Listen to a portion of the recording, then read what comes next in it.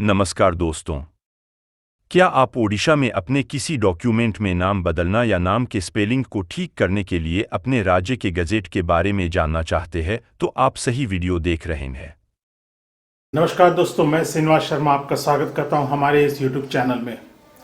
दोस्तों, जैसा आपको पता है कि हमारे इस YouTube चैनल में हिंदी में डॉक्यूमेंटेशन से रिलेटेड इंफॉर्मेशन और टिप्स के बारे में हम चर्चा करते हैं। तो आज हम बात करते हैं गैजेट ऑफिस के बारे में। जैसे आपको पता होगा कि यदि अगर आप अपना नाम चेंज कर रहे हैं, सरनेम चेंज कर रहे हैं, चाहे कारण कुछ भी हो, आप मैरिज हो जाने के कारण चेंज कर रहे हो, या फिर आप एस्ट्रोलॉजी न्यूमरोलॉजी के कारण चेंज कर रहे हो, या एडॉप्शन हो जाने के कारण, या फिर जेंडर चेंज करने के कारण कुछ भी हो, यदि अगर आप अपना नाम चेंज करना चाहते हैं, या फिर आपके किसी सर्टिफिकेट्स में नेम की स्पेलिंग मिस्टेक हो गई है, या फिर आप एसआरएस की सर्जरी कराकर आप मेल से फीमेल या फीमेल से मेल हो रहे हैं, या फिर एडॉप्शन के कारण अगर नेम चेंज या सरनेम चेंज कर रहे हैं, तो आपको अपने डॉक्यूमेंटेशन में नेम चेंज करना बहुत ज़रूरी है। और इसके लिए जो सबसे आसान प्रक्रिया वो है गवर्नमेंट ऑफ इंडिया की गैजेट हो या स्टेट की गैजेट हो। तो दोस्तों, गैजेट दो प्रकार से होता है। प्रत्येक राज्य भी अपना गैजेट पब्लिश करता है और केंद्र सरकार भी अपना गैजेट पब्लिश करता है। अगर हम दोनों की तुलना करें तो कई माने में सेंट्रल गैजेट जो है वो सबसे ज़्यादा महत्वपूर्ण माना जाता है, क्योंकि सेंट्रल गैजेट प्रत्येक राज्य में वैलिड हो जाता है।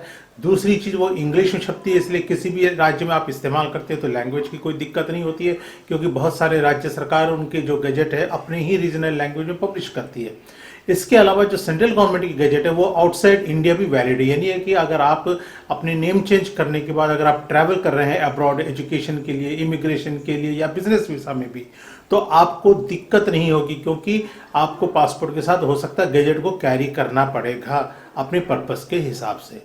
तो इस प्रकार से राज्य सरकार भी करती है, केंद्र सरकार भी करती है, परंतु केंद्र सरकार का गैजेट महत्वपूर्ण है। जहां तक केंद्र सरकार का गैजेट का ऑफिस है, वह जो है आपका सिविल लाइन्स न्यू दिल्ली में है। कंट्रोलर ऑफ पब्लिकेशंस जो है मिनिस्ट्री ऑफ अर्बन अफेयर्स के अंतर्गत आता है। इनका दफ्तर जो है सिविल लाइन्स दिल्ली में है।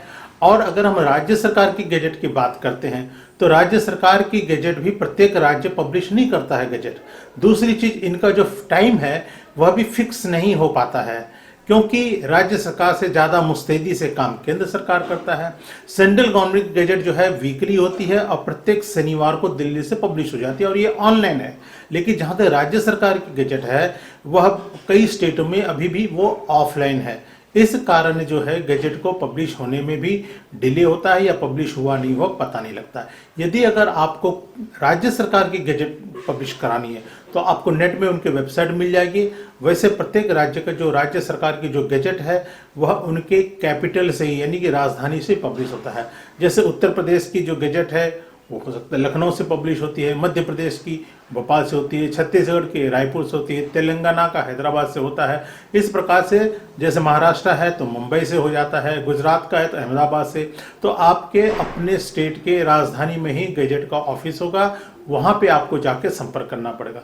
लेकिन अगर आप केंद्र सरकार की गैजेट कराना चाहते हैं तो ये दिल्ली में ऑफिस है और हम इसकी सेवा पूरे भारत में प्रोवाइड करते हैं।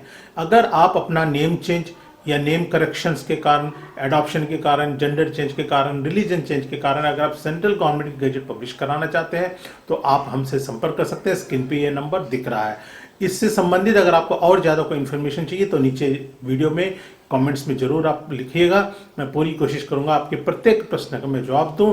आपका दिन शुभ हो। इस चैनल को सब्सक्राइब करिएगा, बेल आइकॉन प्रेस करेंगे तो जैसे मैं नए वीडियो डालूंगा किसी भी डॉक्यूमेंटेशन रिलेटेड, उसकी सूचना आपके पास आ जाएगी और सबसे पहले आप उस वीडियो को देख पाएंगे।